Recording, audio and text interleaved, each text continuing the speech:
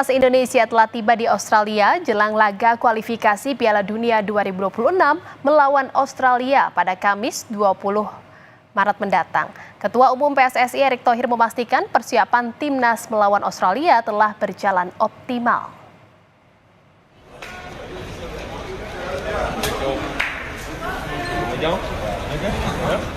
Pelatih Timnas Patrick Kluivert bersama tim kepelatihan dan 17 pemain Timnas tiba di Sydney, Australia, jelang laga kualifikasi Piala Dunia 2026 melawan Australia.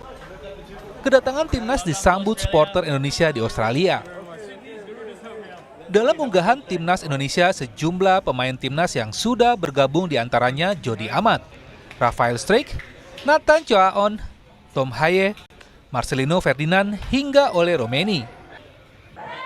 Ketua Umum PSSI Erick Thohir memastikan persiapan Timnas melawan Australia telah berjalan optimal. Saat ini fokus utama Timnas adalah pemulihan kondisi fisik para pemain untuk menghindari kelelahan dan cedera.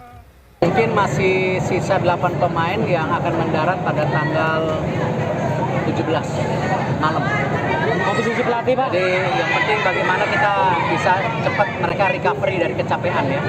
Akan ada tambahan lagi nggak, Pak? Kalau persiapannya sudah maksimal. Laga tandang melawan Australia digelar pada Kamis 20 Maret mendatang.